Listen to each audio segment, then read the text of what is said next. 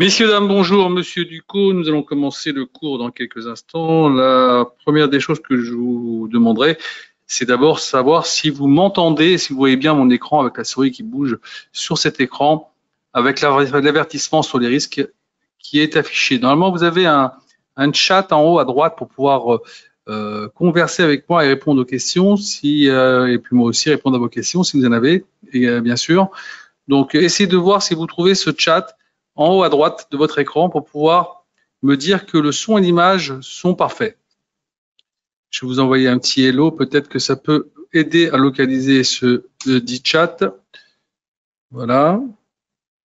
En haut à droite, c'est d'avoir un trait rouge, une flèche rouge qui se présente à vous et qui vous permet de pouvoir m'envoyer vos questions et surtout aussi la réponse aux questions que je vous pose.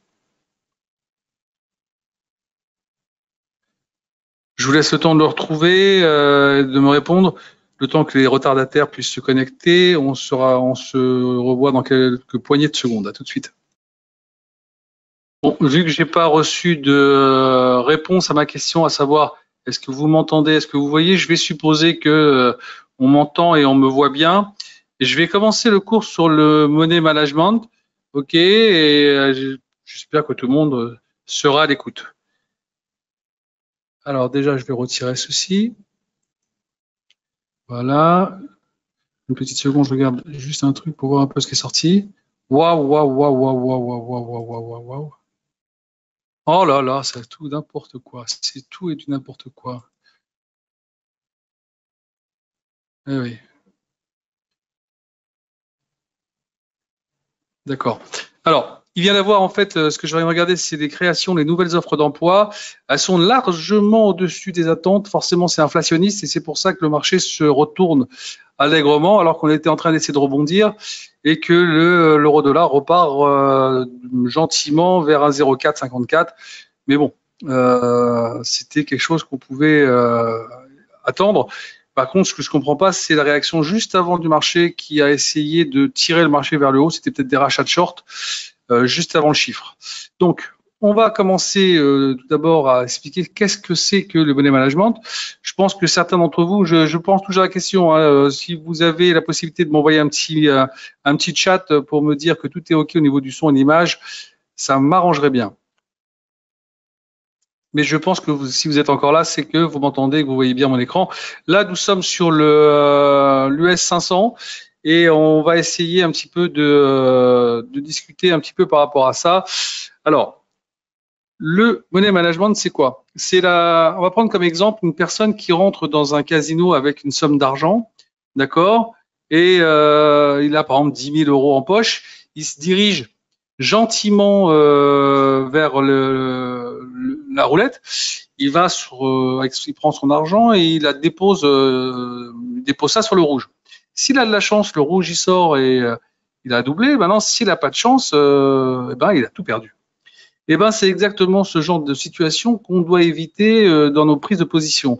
Alors, bien sûr, en évitant soigneusement la relation avec le casino. On n'est pas au casino, donc on doit prendre des dispositions en termes d'analyse technique, en termes d'analyse macroéconomique, essayer de voir un peu les points et tout ça. Donc, c'est un peu différent au niveau de l'approche, hein, évidemment. Hein. C'est pas, on lance pas une pièce en l'air. Mais c'est pour au moins vous faire toucher du doigt la façon dont il faut pas travailler. Voilà, c'est exactement ça, c'est la façon dont il faut pas travailler. Donc maintenant, on va rester sur notre exemple à nous. On a 10 000 euros dans la poche, on l'a mis sur notre compte Avatrade. Ok, alors je prends 10 000 euros parce que c'est un compte tout à fait moyen sur Avatrade, mais évidemment, si vous avez moins, c'est pas grave. La réflexion est toujours la même. Alors, on va partir du postulat que on doit prendre un risque mesuré. Ce risque mesuré, certaines personnes l'ont mesuré pour nous et ils ont mis un pourcentage acceptable de risque. Ce pourcentage est en fait une fourchette. Cette fourchette varie entre 2% pour les plus timorés et puis 7% pour ceux qui veulent prendre un peu plus de risques. Moi, je suis plutôt partisan de rester sur 5%. C'est assez médian et surtout, on est quand même là pour essayer de gagner de l'argent. 2%, ça nous permettrait peut-être de ne pas prendre trop de risques, mais aussi de ne pas gagner énormément d'argent sur les positions. Après, c'est une question de point de vue et surtout le fait d'assumer le risque sur votre compte. Alors, on va prendre une position, on va essayer de la commenter. On est sur l'US 500, voilà, ce marché-là est en train, pour l'instant, de baisser correctement. OK, on le voit bien. On va dire qu'on est vendeur, donc on va se mettre ici. On voit un lot égale 100, ça veut dire qu'à chaque fois que le marché bouge d'un point, c'est-à-dire qu'il passe de 87 à 88, si je suis acheteur, j'ai gagné 1, mais s'il passe à 86, j'ai perdu 1. Donc on est vendeur, on va prendre un lot, voilà, et je me suis mis vendeur sur le marché, voilà, impeccable.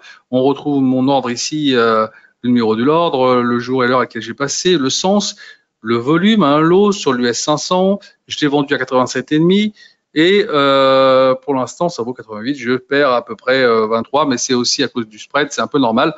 À l'ouverture d'une position, on a toujours avec l'écart de cours une petite perte qui se met ici. J'ai 10 000 euros, je dois assumer pas plus que 5%, ce qui veut dire qu'en fin de compte, je ne dois pas perdre plus sur ma prise de position que 500 euros. D'accord?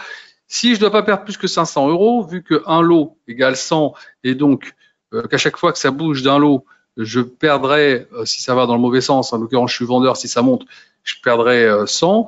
Donc, je mets ça à 5 points au-dessus, ce qui veut dire à 4292,5. Je fais donc ici un petit modifier ou annuler l'ordre. Je vais mettre un stop loss. Je vais le mettre ici à 92,5. Voilà. Et je l'ai positionné. Voilà, impeccable. Moi, maintenant, je suis tranquille. Mon ordre, pour l'instant, il vit.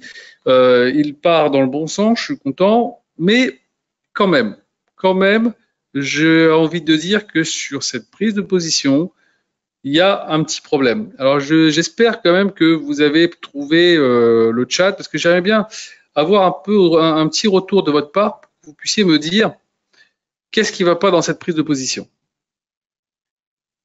Non, vous n'avez toujours pas trouvé le chat?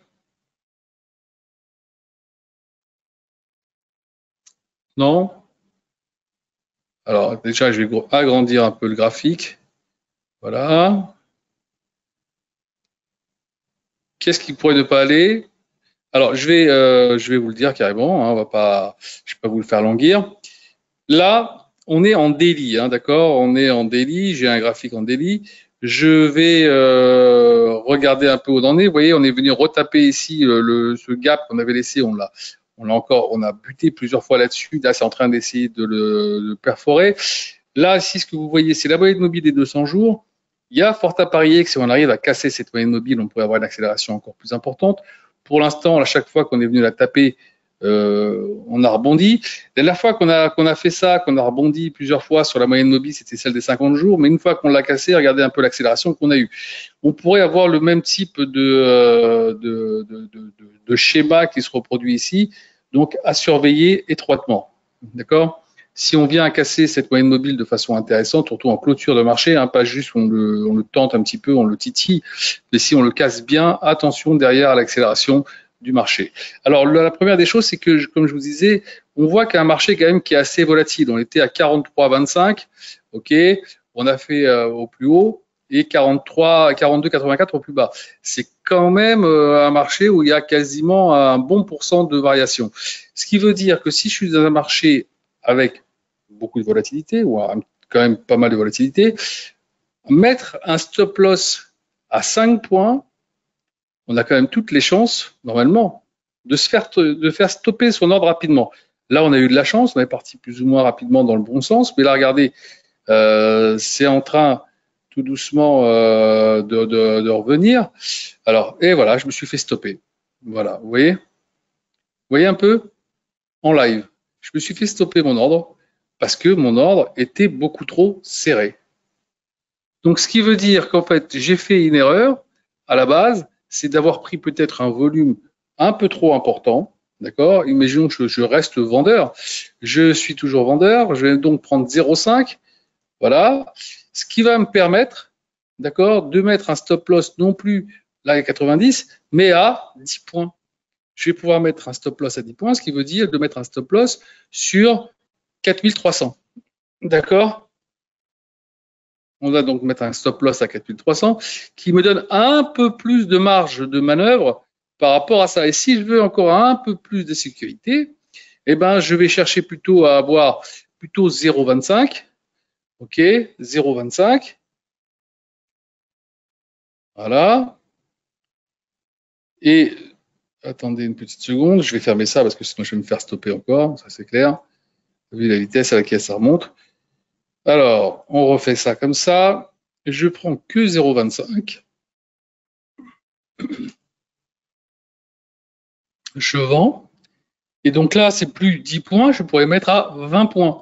20 points, ça vous permet quand même de voir venir, de pouvoir travailler sur l'ordre, ok, de façon à ne pas vous faire stopper trop rapidement. Donc là, maintenant, je suis plus ici à 4302, mais à 4312.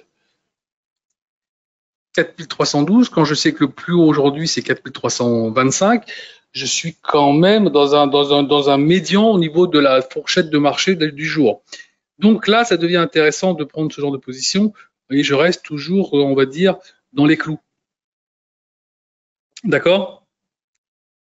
Alors, je ne sais pas que j'ai pas de retour de votre part pour l'instant. Alors, je ne peux pas savoir si vous êtes d'accord ou pas, mais je suppose que oui. Donc là maintenant, ce qu'il va falloir regarder, c'est surtout la façon dont vous allez pouvoir d'abord apprécier le marché sur lequel vous êtes, c'est-à-dire avoir un graphique, savoir c'est à quel niveau je suis acheteur ou vendeur sur le marché, quel est mon objectif, à partir de quand je regarde le marché, est-ce que c'est un marché volatile ou pas? S'il est volatile, attention à la façon dont je vais positionner mon stop loss et donc du volume que je vais prendre par rapport à mon compte et par rapport à l'ordre, hein, pour pouvoir avoir un peu plus d'aisance sur les variations qu'il pourrait y avoir, hein, des variations assez importantes, c'est un marché ce qu'on appelle volatile. Donc là, non, je vais vous montrer un petit pricer qui va vous aider. Donc ici, voilà, on va pouvoir pricer notre ordre.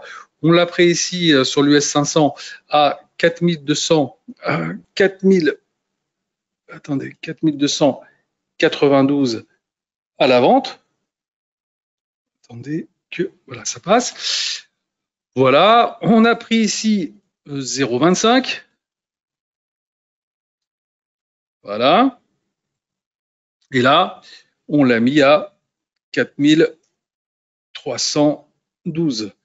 Et je regarde tout de suite ce que ça donne ici en termes de risque. On avait 10 000 euros, on avait dit qu'on ne fallait pas plus que 5%. On est bien dans les 500 euros d'exposition maximum par rapport à mon ordre. Je suis dans les clous. D'accord?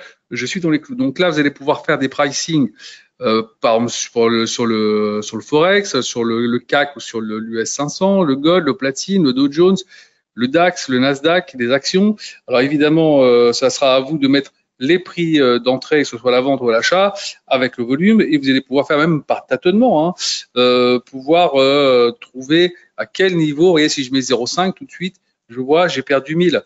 Donc ça veut dire que mon stop loss, il n'était pas bien situé. En fait, il faudrait qu'il soit à 4302. Vous voyez? Et là, je vois tout de suite, hop, je suis bien dans les clous. Donc, ça sera à vous de définir quel est le volume que vous voulez mettre. Alors, évidemment, vous pouvez l'avoir, ce petit pricer. Je vais vous envoyer mon mail dans quelques instants, ce qui vous permettra de m'envoyer un petit mail et je vous enverrai le pricer par retour. Ça peut être intéressant de l'avoir hein, dans un premier temps pour essayer de prendre l'habitude de calibrer correctement vos ordres en termes de risque. Ça peut être quand même pas mal. Alors, vous ferez attention ici, la matrice au milieu qui est en vert n'a pas été sauvegardée. Hein, donc, ne touchez pas ici à ce qu'il y a dedans. Juste, vous mettez des prix d'achat, des prix de vente et votre volume. Et ça s'arrêtera là. Et vous avez, votre exposition qui va se mettre à chaque fois devant vous. OK? Toujours pas de questions, pas de retour à ce niveau-là. Donc on va revenir sur le graphique. Attendez, pardon, je vais quand même vous envoyer tout de suite le mail pour que vous puissiez m'envoyer le message si vous voulez avoir ce pricer. Attendez. Ah.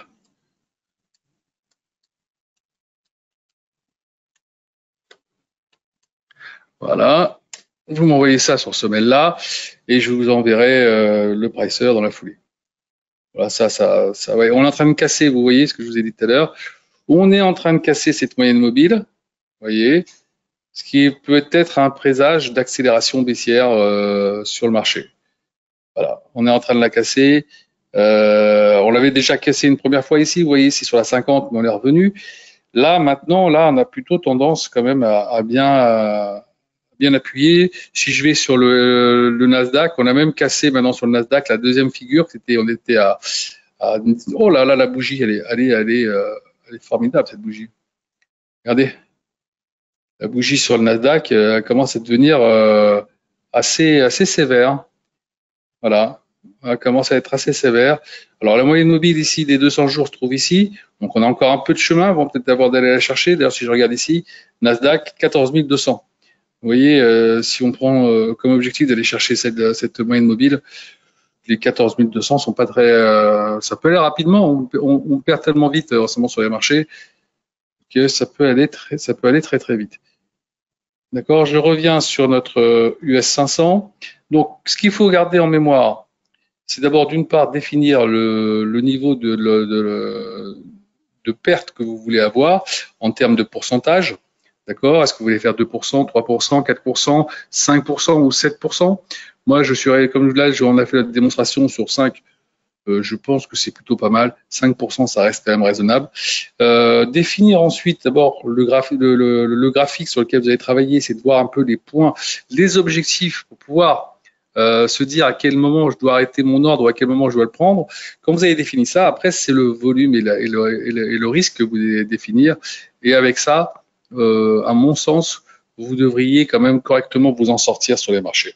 Si vous ne savez pas faire de graphique, je rappelle quand même que jeudi, venez au cours sur les outils d'analyse technique. Ça vous donnera quand même les moyens de comprendre et d'apprendre comment faire un graphique et de vous débrouiller un peu mieux par vous-même sur ce genre d'outils.